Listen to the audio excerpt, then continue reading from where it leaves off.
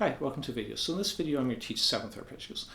I'm going to teach the 4 different shapes that fit within a key without using notes outside of the key. So major 7, dominant 7, minor 7, and minor 7 flat 5. I will play them off all 7 notes in the key. It'll be in the key of C major. Then we're going to play them, and the root will be on the 5th string for each of these shapes. This was originally going to be just the beginning of a longer video in which I taught how to use these same shapes to create 13th arpeggios in the key. And I decided though to separate out into 2 videos, because if you don't know these 7th ones, you should memorize these first. But once you have these down, if you want to check out, I've got a link up in the corner for the 13th arpeggio video, and there's 7 different shapes you can create just by recombining the 4 shapes I'm going to teach you today. And keep in mind, arpeggios are just the notes of a chord played one at a time. So, arpeggio, if I'm playing like a D minor 7, it doesn't have to be something that's quick sweep picking or something. If I'm just playing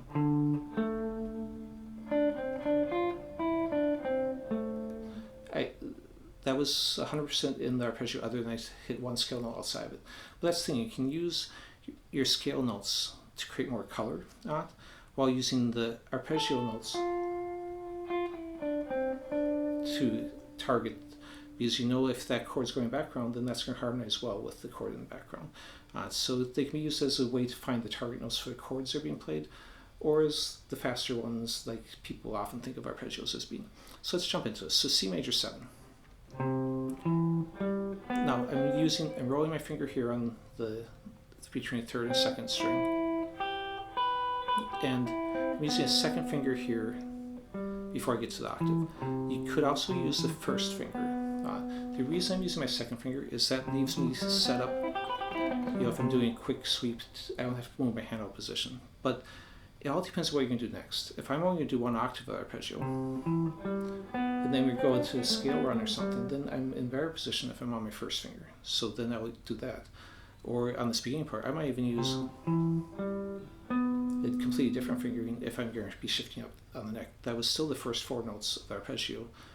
When I reached up for this note, that's just that B note that I was playing there. So again, where you're going next determines which fingers you use oftentimes. So let's go and go to the next one. So it's a D minor 7. And then of course all these, you can play either fast or slow. Now picking wise, I'm basically sweeping this, but there are 2 strings that have, on the 5th string I've got 2 notes.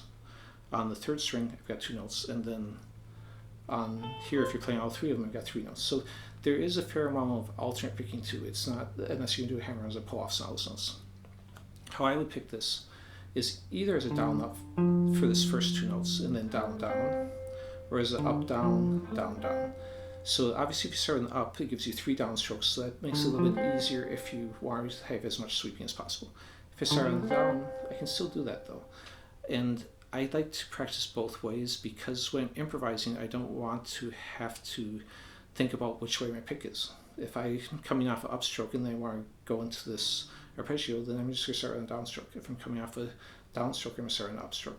But go ahead and set it up for wherever is easiest for you. So if I'm doing this, let's say down up, it'd be down, up, down, down, up, down, down, up, down, up, up.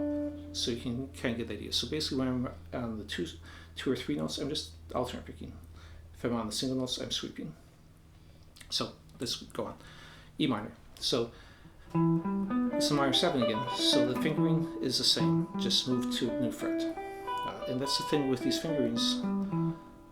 The minor 7s used 3 times in the key. If you move to a new key, all these shapes are still used, you just move them to a new set of frets. So since I started on C major, if I wanted to do this in D major, everything would just be moved up 2 frets, and all the same shapes in the same order. Okay. Now I'm going to go ahead and I just did E minor, so I'm going to do F major 7. So this is the same fingering we did on the C major 7. So,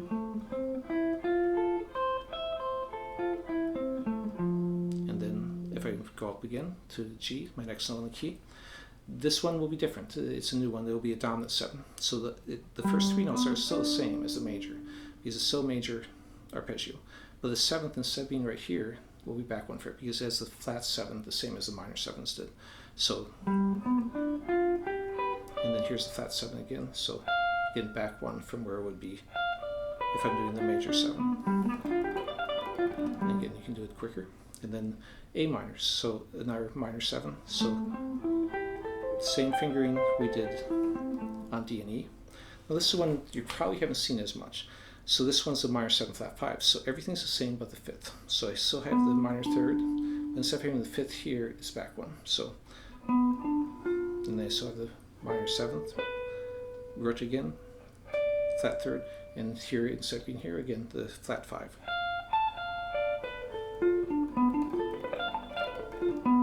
And of course you could do that one if you have like acoustic guitar or something you can't reach up here, you can do that back at the 2nd fret, and that would be your B note also.